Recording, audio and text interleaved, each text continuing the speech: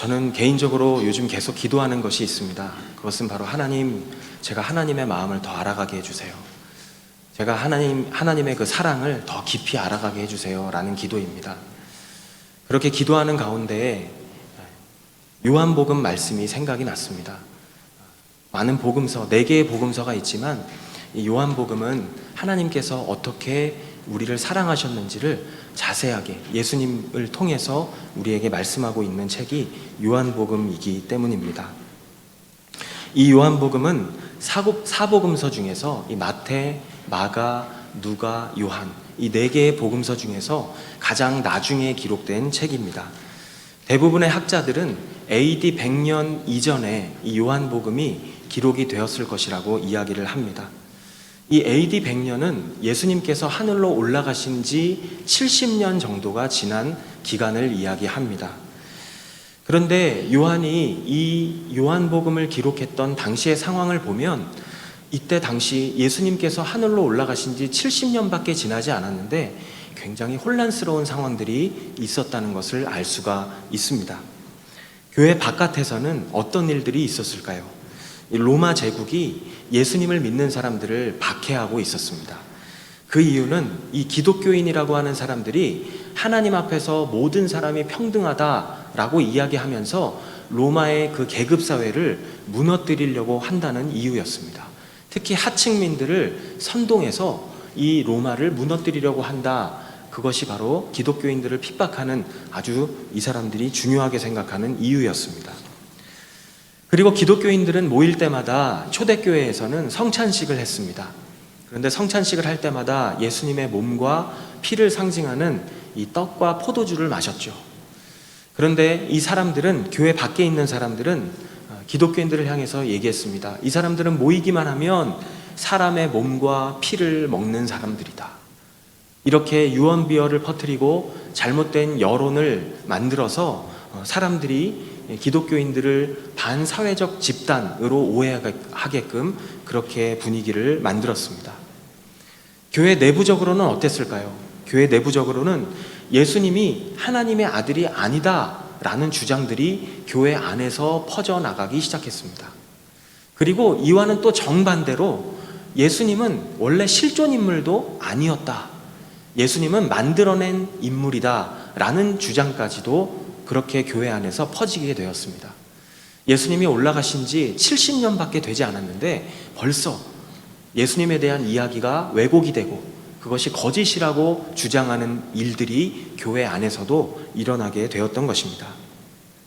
오늘날 우리가 살고 있는 이 시대는 어떨까요? 시대는 많이 흐르고 변했지만 사도 요한이 살고 있었던 시대와 별로 다르지 않아 보입니다. 여전히 교회 밖에서는 예수님의 이름이 조롱을 받고 예수님의 이름이 땅에 떨어지는 모습들을 우리가 보게 됩니다.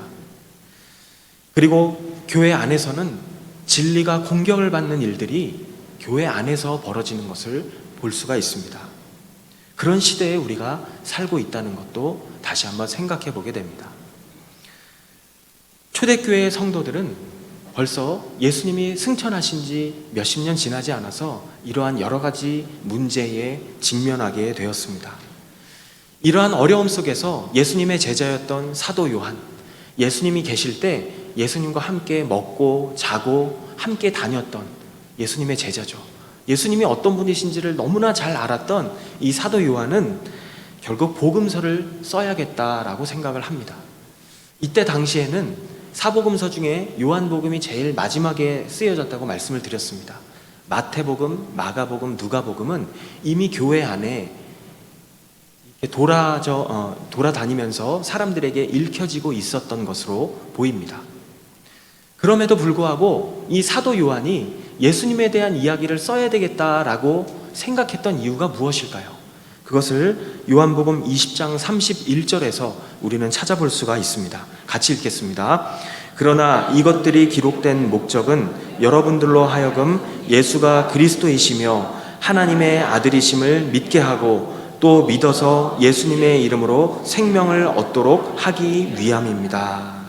아멘. 이 말씀에 보니까요, 예수가 그리스도이심을 알게 하기 위해서, 그리고 하나님의 아들이심을 아는 것뿐만 아니라 믿게 하기 위해서 요한복음을 기록했다라고 이야기하죠.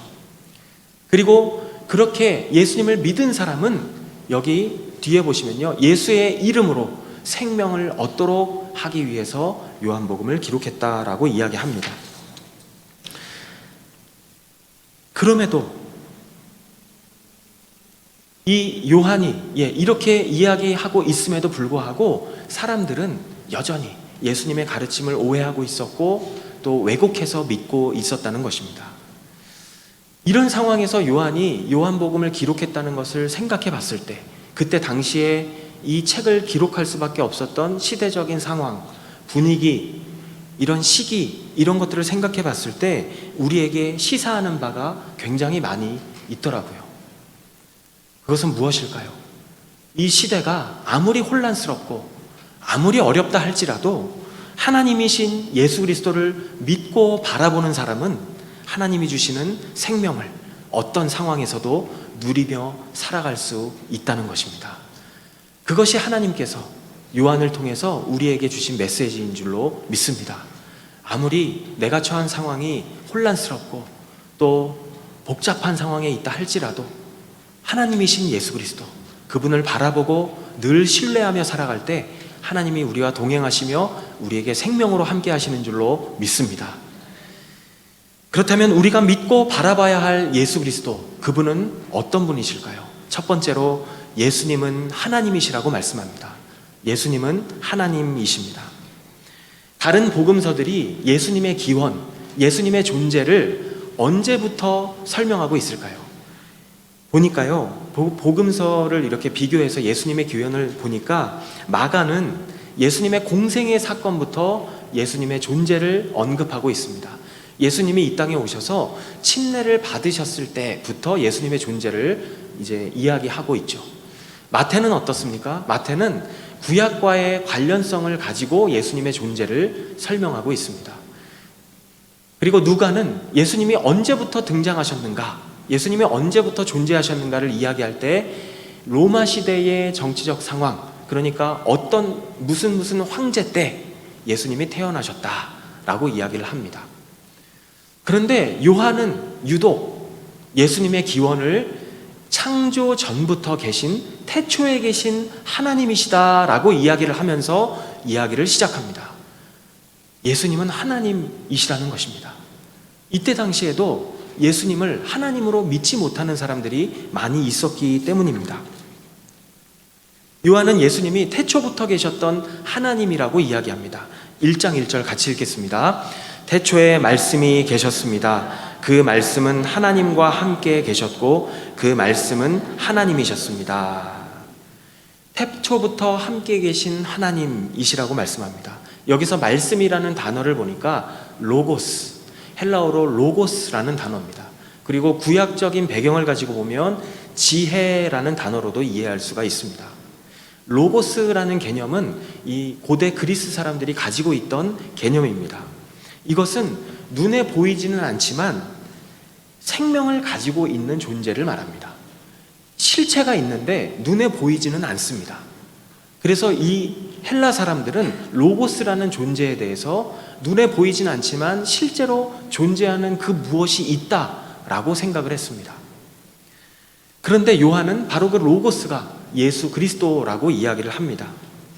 예수님이 태초부터 눈에 보이지 않았지만 이 땅에 인간의 몸으로 오시기 훨씬 전부터 예수님은 하나님과 함께 계셨던 로고스이셨다는 것입니다.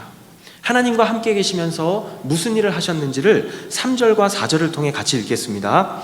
모든 것이 그분을 통해 지음받았으며 그분 없이 된 것은 아무것도 없습니다. 그분 안에는 생명이 있습니다. 그 생명은 사람들의 빛이었습니다. 아멘. 예수님께서 하나님이 이 세상을 창조하실 때 하나님과 함께 세상을 창조하셨다고 말씀합니다. 예수님에 대해서 이야기하면 사람들이 뭐라고 이야기할까요? 보통 예수님은 4대 성인이 아니냐, 아주 훌륭한 이 세상의 성인 중에 한 사람이 아니냐라고 이야기합니다. 그런데 성경은 분명하게 말씀하고 있습니다. 하나님께서 세상을 창조하실 때 함께 세상을 창조하신 하나님이시라고 말씀합니다. 우리에게는 예수님이 하나님이시다라는 이 사실이 굉장히 익숙하지만 사실 모든 사람에게 그런 것은 아닙니다. 한 번은 어떤 선교사님이 이 선교지에서 무슬림권에 있는 그 형제님과 성경 공부를 했다고 합니다. 그런데 이 형제가 이야기를 했대요. 저는 성경 중에서 요한복음이 제일 좋습니다. 그래서 왜 요한복음이 제일 좋나요? 라고 물어봤더니 그분이 이야기하기를요, 자기가 예수님이 하나님이라고 구체적으로 이야기하는 책이 요한복음밖에 없기 때문에 자기는 요한복음이 너무 좋다라고 이야기를 했더라는 것입니다. 우리는 너무나 당연하게 생각하는 이 사실이 다른 사람들에게는 당연하지 않아요. 그리고 요한복음이 이야기하는 이 예수님이 하나님이시다라는 이 사실이 다른 사람들에게는 엄청난 사건으로 들려질 수가 있다는 것입니다. 요한복음 1장 18절 같이 읽겠습니다. 지금까지 아무도 하나님을 본 사람이 없습니다. 그러나 아버지 품에 계시는 독생자께서 하나님을 알려주셨습니다. 이 구절에도 보니까 예수님이 아버지 품에 계셨다라고 이야기합니다. 아버지 품에 계셨다. 여기서 아버지 품에 계셨다라는 이 단어를 보니까요, 누가복음 16장에 보면 이 부자와 나사로 이야기가 나오죠. 그런데 이 거지였던 나사로가 죽었을 때 아브라함의 품에 안겼다라고 이야기합니다. 성경이 그렇게 말하죠. 그때 사용됐던 단어와 같은 단어입니다. 예수님이 하나님의 품에 안겨 계셨다라는 것입니다. 하나님과의 친밀함을 이야기하죠. 태초부터 하나님과 아주 친밀하게 계셨던 그 예수님, 그분이 우리에게 오신 것입니다. 예수님이 하나님이심을 설명하고 있는 구절을 또 하나 보겠습니다. 다시 한번 1장 14절을 같이 읽겠습니다. 그 말씀이 육신이 돼 우리 가운데 계셨기에 우리는 그분의 영광을 보았습니다. 그것은 은혜와 진리가 충만한 아버지의 독생자의 영광이었습니다. 이 요한은 물론 헬라 문화권에 있었던 사람이었지만 구약에 아주 정통했던 사람입니다. 유대교의 문화와 유대교의 관습, 그리고 구약 성경을 아주 잘 알고 있었던 그런 사람이었습니다. 그렇기 때문에 이 말 한마디 한마디가 그냥 하는 말이 아닌 것입니다. 여기 보니까요, 말씀이 육신이 되어 이 로고스가 인간의 모습이 되어 우리 가운데 계셨다라고 이야기합니다. 그런데 계셨다라는 이 단어의 뜻을 보니까요, 구약 성경에서 하나님께서 성막에 머무르실 때, 성막에 계셨다라고 할 때 사용했던 그 단어입니다. 이것이 헬라어로 된 구약 성경에 보면 같은 단어로 사용되고 있다는 것입니다. 출애굽기 25장 8절 같이 읽겠습니다. 그리고 그들이 나를 위해 성소를 만들게 하여라. 그러면 내가 그들 가운데 살 것이다. 내가 그들 가운데 살 것이다. 여기서 살 것이다 라는 단어와 여기서 우리 가운데 계셨다라는 단어가 동일한 단어입니다. 이렇게 하나님께서 우리 가운데 임재하셨다는 거예요. 아무 데서나 임재하시지 않았던 그 하나님께서는 모세에게 출애굽기에 보면 성막을 만들라고 말씀하십니다. 텐트를 만들라고 말씀하시죠. 이 텐트의 용도가 무엇일까요? 하나님께서 백성들과 함께하고 싶은데 하나님은 너무나 거룩한 분이시기 때문에요, 아무 데서나 함께 하실 수가 없는 것이죠. 하나님이 정말 머무실 수 있는 특별한 장소를 만들라는 것입니다. 아주 성스럽고 거룩한 장소, 그 장소가 바로 성소입니다. 모세가 성소를 만듭니다. 그리고 하나님께서는 그곳에 때가 되시면 머무르셔서 백성들과 함께 계셨습니다. 그때 사용된 단어, 계시다. 독생자가 우리 가운데 계시다. 함께 계시다. 예수님이 하나님이심을 생각할 수밖에 없습니다. 또 요한복음 1장 14절에 보니까요, 거기에 그의 영광을 보았다라고 이야기합니다. 그의 영광을 보았다. 여기서 사용된 이 영광이라는 단어도 출애굽기에 표현된 단어입니다. 여기서의 영광은 하나님께서 그 백성들 사이에 임재하실 때 나타났던 현상입니다. 구름 사이에 하나님께서 거룩하게 그 가운데 계실 때 영광스럽게 분위기가 연출이 되는 그 상황을 출애굽기에서 우리가 살펴볼 수가 있습니다. 그 뒤에 은혜와 진리가 충만하였다. 이것도 마찬가지예요. 이것도 모세가 하나님의 뒷모습만을 그렇게 만날 수가 있었죠. 그랬을 때 모세의 입에서 나왔던 감탄사, 그것이 바로 구약에 기록된 말씀 가운데 있습니다. 이렇게 예수님은요, 하나님이신데 그 거룩하시고 세상을 창조하신 위대하신 하나님이 우리 가운데 오셨다는 것입니다. 이 말씀을 묵상할 때 얼마나 감사하고 얼마나 정말 감격스러운지, 말씀이 육신이 되어 우리 가운데 거하셨습니다. 이것을 조금 바꾸니까요, 하나님이 우리 가운데 계셨습니다. 이것을 조금 더 바꾸면 이렇게 되죠. 하나님이 우리와 함께 하셨습니다. 그것이 무엇입니까? 임마누엘, 하나님이 우리와 함께 하신다. 요한복음 1장 18절을 우리 같이 읽겠습니다. 우리 같이 읽었죠? 예, 죄송합니다. 같이 읽었습니다. 여기에 요한복음의 전체 주제가 바로 이것입니다. 하나님께서 우리와 함께 하신다는 것입니다. 아버지 품에 계시는 그 독생자가 인간의 모습으로 우리 가운데 계신다. 이것이 바로 하나님이심을 성경이 말씀하고 있는 것입니다. 자, 두 번째로, 그렇다면 우리가 믿는 예수님은 어떤 분이십니까? 예수님은 구원자라고 말씀하십니다. 요한복음 1장 5절을 같이 읽겠습니다. 그 빛이 어둠 속에서 비추고 있지만 어둠은 그 빛을 깨닫지 못했습니다. 이 구절에서 말하고 있는 빛은 하늘에서 우리가 볼 수 있는 햇빛, 그런 빛이 아닙니다. 이 빛은 하나님께서 만드신 피조물이기 때문에 그렇죠. 여기서 말씀하고 있는 빛은 생명이신 예수님을 말씀하고 있는 것입니다. 여기서 예수님께서 비춰주시는 그 빛은 우리의 마음과 영혼을 비춰주시는 그런 빛을 이야기합니다. 세상에 있는 그 어떤 종류의 빛도 우리의 마음과 우리의 영혼을 밝게 비춰줄 수가 없습니다. 우리 마음에 있는 어두움의 문제를 해결할 수 있는 빛은 오직 예수 그리스도라고 성경이 말씀하고 있는 것입니다. 예수님께 나아갈 때, 빛이신 예수님께 나아갈 때 우리는 우리 안에 있는 어두운 문제들을 해결받을 수 있고, 우리가 어둠 가운데 그 길을 지나간다 할지라도 예수님께서 우리의 빛이 되어 주실 수 있습니다. 이 구절에서 알 수 있는 사실은 세상이 어두웠다는 것이죠. 여기서 말하고 있는 이 어두움은 하나님을 떠난 세상의 상태를 말합니다. 하나님을 떠난 세상의 상태는 어두움이라고 이야기하죠.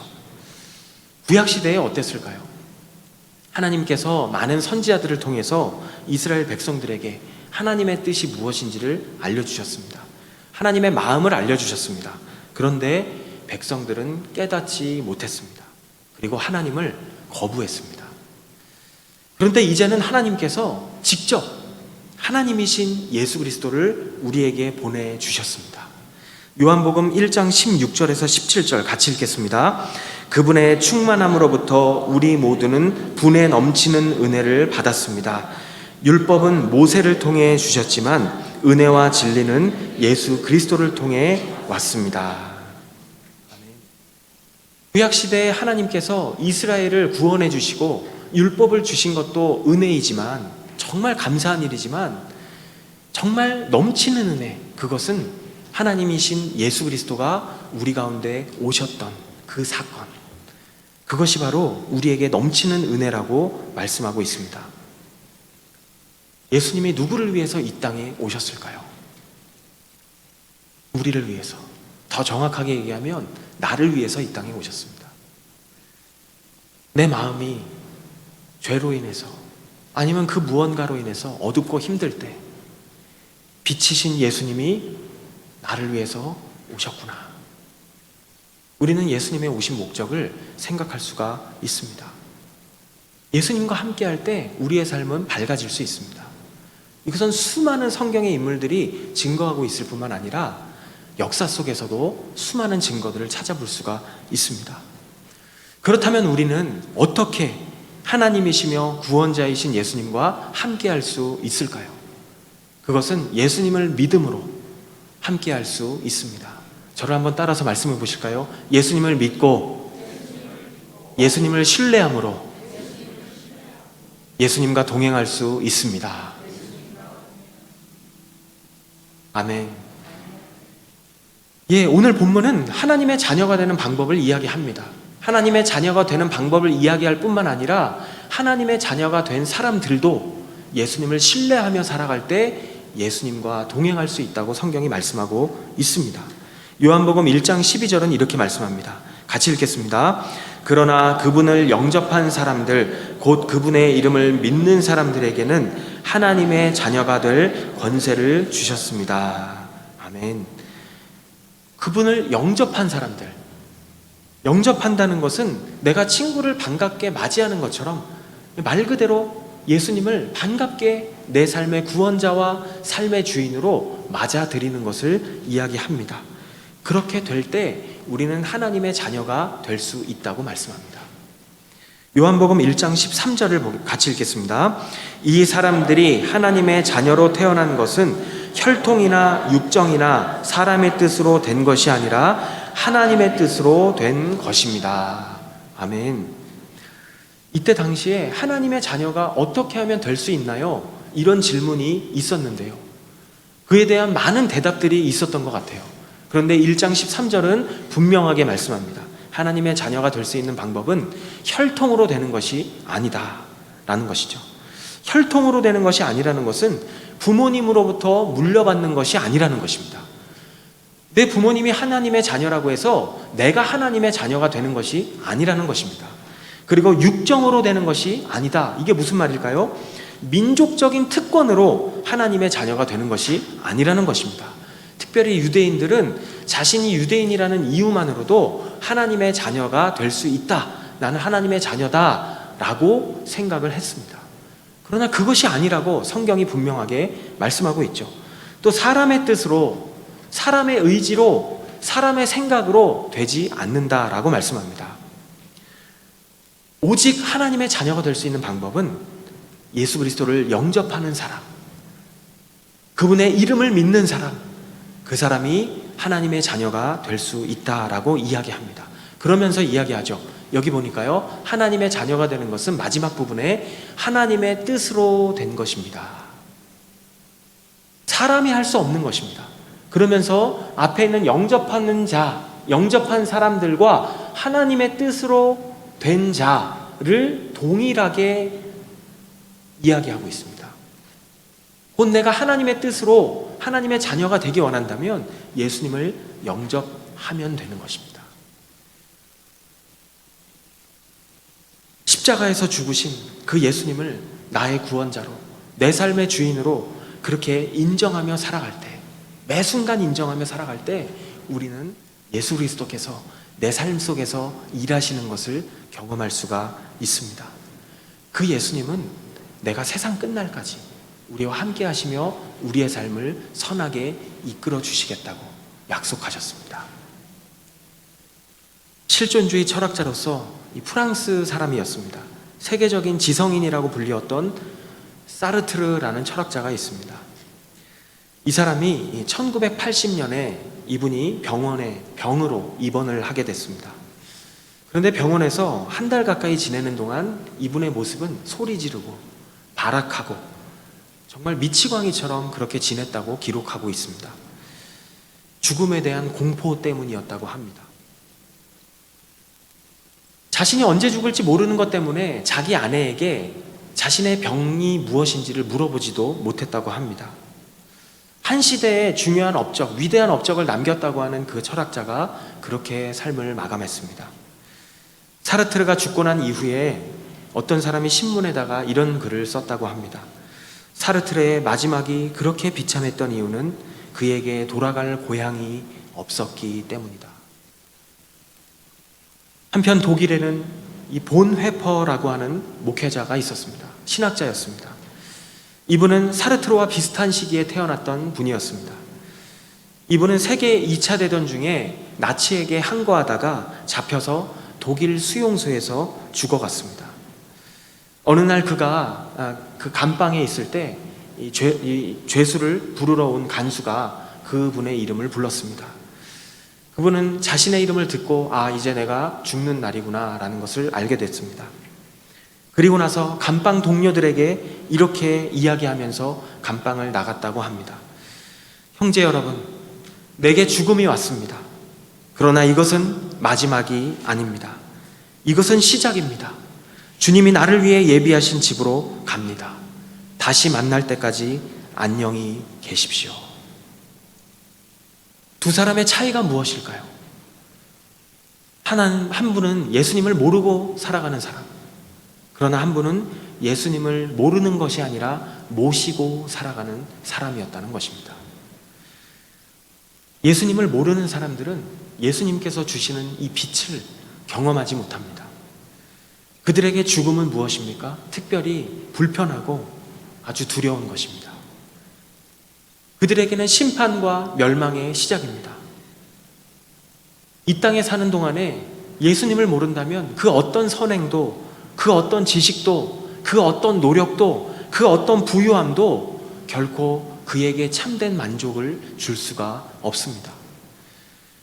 오직 빛이신 예수님을 믿고 하나님의 자녀가 된 사람만이 예수님께서 주시는 빛을 경험할 수 있고 삶 속에서 지속적으로 누릴 수 있습니다.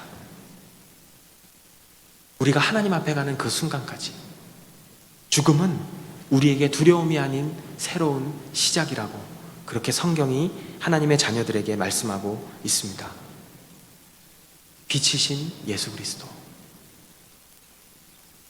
이 세상을 창조하신 하나님, 그리고 우리를 위해서 구원자로 오신 하나님, 예수 그리스도가 우리를 위해 오셨습니다. 한 주간의 삶 속에서 그 예수님을 신뢰하며 내 삶의 어두운 순간이 찾아왔을 때에도 빛 대신 주님을 묵상하며 그분과 믿음으로 동행하는, 그렇게 빛 대신 주님을 경험하는 한 주간의 삶이 되시기를 간절히 소망합니다. 기도하시겠습니다.